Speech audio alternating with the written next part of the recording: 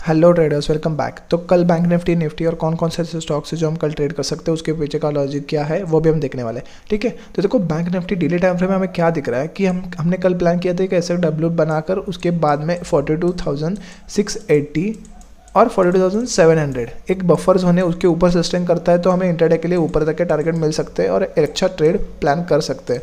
पर एक daily time frame में हमें क्या दिख रहा है कि एक डबल टॉप पैटर्न बनाकर वो ब्रेकडाउन देने के लिए रेडी हो रहा है। पर रेडी कब होगा? अगर ये लाइफ टाइम हाई 41,600 जो लाइफ टाइम हाई था उसको ब्रेकआउट देने के बाद वो फिर से सपोर्ट लेके ऊपर जा रहा है और फिर से वो एक सपोर्ट ब्रेक करने के चांसेस में है, जो कि 41,600 रेजिस्टेंस था, अभी सपोर्ट बन गया है। और जैसे ही उस सपोर्ट को ब्रेक करेगा तो हमें बिग ब्रेकडाउन लेवल मिल जाएगा जो कि 41,600 है।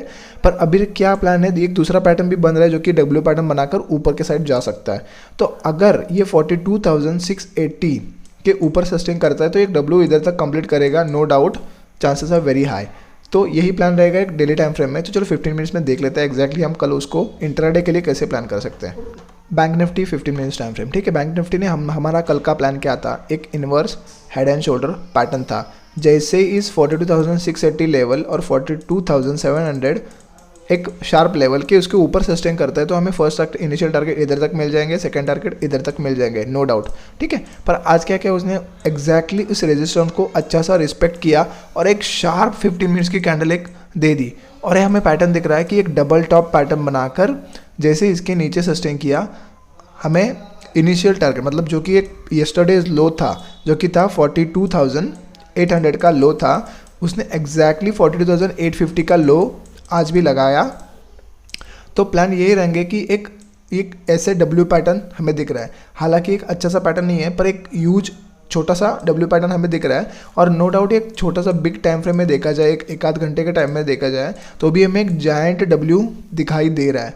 और अगर ये सपोर्ट एक दो सपोर्ट बना रहा है, एक स्ट्रॉन्ग सपोर्ट 41,600 का है वो तो हमें पता है, पर इधर ये 41,860 का भी एक सपोर्ट बना रहा है। ठीक है, एक सपोर्ट ये रह सकता है और एक सपोर्ट ये रह सकता है। तो ऐसे ही अगर ये सपोर्ट को रिस्पेक्ट करता है तो ऊपर जा सकता है और ये डब्ल्यू कंप्लीट कर सकता है, जो कि ऐसे माना जाएगा। ठीक है, तो ये प्लान हमारा रह सकता है कल के दिन। अगर फ्लैट ओपन होता है तो इस लेवल को जहाँ से उसने एग्जैक्ट रिजेक्शन लिया, इस लेवल को 42,150 लेवल को ऊपर सस्टेन करता है तो हमें ऊपर तक के टारगेट मिल सकते हैं। जो कि ये फॉल आया था वैसे इधर भी फॉल आ सकता है जो कि लेके जाएगा 42,680 तक। अगर मार्केट कल गैप अप ओपन हो जाता है और एक आध 2 घंटा इधर बिताने के बाद 42,680 और 700 के ऊपर सस्टेन करता है तो हमें ऊपर तक के टारगेट में मिल जाएंगे और हम इंट्राडे के लिए ऐसे प्लान कर सकते हैं। और बहुत बड़ा गैप डाउन ओपन हो जाता है तो एक पॉजिटिव कैंडल हमें दिखती है, अगर हैमर कैंडल या एक शार्प मारूबोजू या स्ट्रॉन्ग कैंडल दिखती है तो जैसे ही उसको क्रॉस करेगा तो हम एंट्री ले लेंगे। एक छोटा सा ऊपर से साइड हमें मूवमेंट मिल सकता है 1:3 तक के लिए। ठीक है, तो चलो निफ्टी 50 देख लेते हैं। ओके, तो Nifty 50 daily time frame, Nifty 50 daily time में यही दिख रहा है हमें कि एक स्ट्रॉन्ग सपोर्ट ले रहा है, ये सपोर्ट ले रहा है जो कि 17,777 का एक सपोर्ट ले रहा है। तो हम एक राउंड फिगर लेवल ले सकते हैं जो कि 17,780 तक का एक राउंड फिगर ले सकते हैं कि एक सपोर्ट स्ट्रॉन्ग सपोर्ट बना रहा है।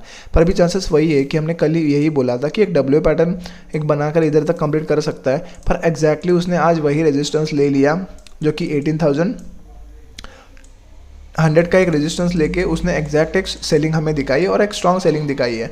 तो वही कंसोलिडेशन एक रेडी पैटर्न हो सकता है कि अगर ये 17,777 के नीचे सस्टेन करता है तो एक बिग डाउन लेवल हमें ओपन हो जाएंगे जो कि हम प्ले करेंगे, नो इश्यूज़। पर कल के लिए क्या प्लान करेंगे वो हम चलो 15 मिनट्स में देख लेते हैं। निफ्टी 50, तो निफ्टी 50 में हमें क्या दिख रहा है कि हमें भी कल यही सजेशन किया था कि एक डाउनफॉल आया है और उसके बाद में फिर से ऊपर जा रहा है और एक ये ऐसा inverse head and shoulder pattern बना रहा है, same as like bank Nifty. पर एक हमें एक अच्छा सा inverse head and shoulder pattern नहीं दिख रहा होगा, पर एक दिख रहा है कि एक inverse head and shoulder pattern है और एक स्ट्रॉन्ग रेजिस्टेंस जोन है। एक दो बार इसने रेजिस्टेंस जोन माना है, रिस्पेक्ट किया है। अच्छा, तो जैसे 18,130 के ऊपर सस्टेन करता था तो हम 18,160, 18,200, 18,240 तक के टारगेट हमें प्ले कर सकते थे।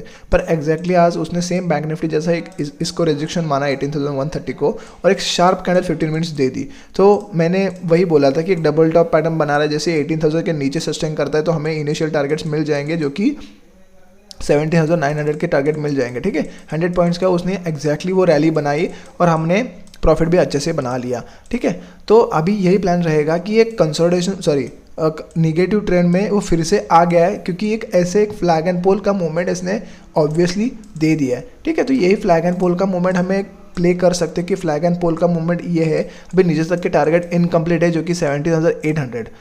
ठीक है, तो यही प्लान रहेगा। अगर फ्लैट ओपन होने के बाद अगर इसके येस्टरडेज के लो को नीचे जाता है तो 17,800 का एक स्ट्रॉन्ग सपोर्ट ले सकता है, उसके बाद में ऊपर के साइड मूवमेंट मिल सकता है। पर अगर एक फ्लैट ओपन होने के बाद ऊपर जाता है और ये जो 17,950 के ऊपर सस्टेन करता है तो एक 50 पॉइंट की रैली 18,000 तक ले सकता है और बाद में ऐसे फिर से एक रिजेक्शन मानकर नीचे आ सकता है, ये चांसेस है। नहीं तो इसके ऊपर 18,000 के ऊपर सस्टेन करता है तो नो डाउट ऊपर तक की हमें रैली मिल सकती है। और अगर बहुत बड़ा गैप ओपन होने के बाद 18,130 के इधर ओपन होता है और थोड़ा सा सस्टेन करता है, उसके बाद में ब्रेकआउट दे देता है, तो हम वैसा कुछ तो प्लान करेंगे।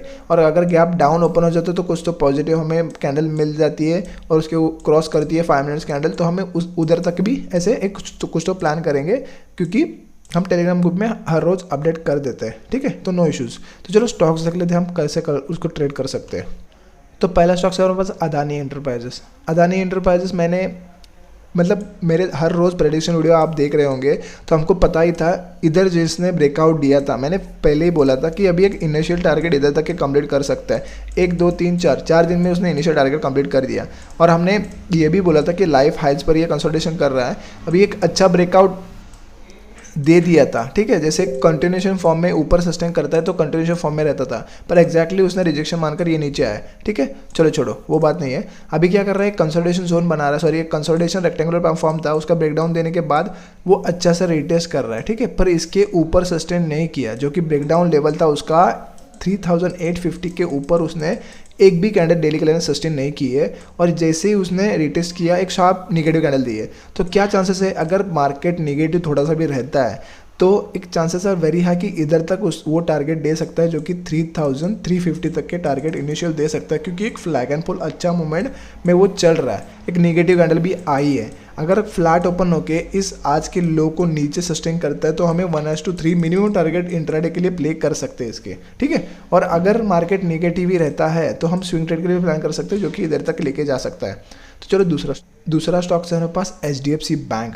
HDFC बैंक में हमें एक बहुत बड़ा कंसोलिडेशन जोन था, जो कि था एक शार्प मूवमेंट आया था 14 नवंबर को और डायरेक्टली उसने उसके बाद में कंसोलिडेशन जोन बनाया और आज एक 10 जनवरी में उसने एक एक निगेटिव कैंडल बनाया, जो कि एक कंसोलिडेशन जोन और एक रेक्टेंगुलर फॉर्म का ब्रेक डाउन उसने फाइनली दे दिया है। तो chances are very very very high कि इधर तक फर्स्ट टारगेट वो कंप्लीट कर सकता है। अगर बैंक निफ्टी थोड़ा सा भी नेगेटिव रहता है तो कल के दिन कॉशियस रहना, क्योंकि आज पॉवेल की मीटिंग है, मतलब आप अभी 7:30 बजे हो जाएगी वो, तो वो 7:30 बजे क्या मीटिंग दे देता है, नैस्डैक ऊपर बम्प अप हो जाएगा ना, तो एक नीचे गैप डाउन भी बहुत बड़ा गैप डाउन हो सकता है और बहुत बड़ा गैप अप भी हो सकता है, चांसेस आर वेरी हाई।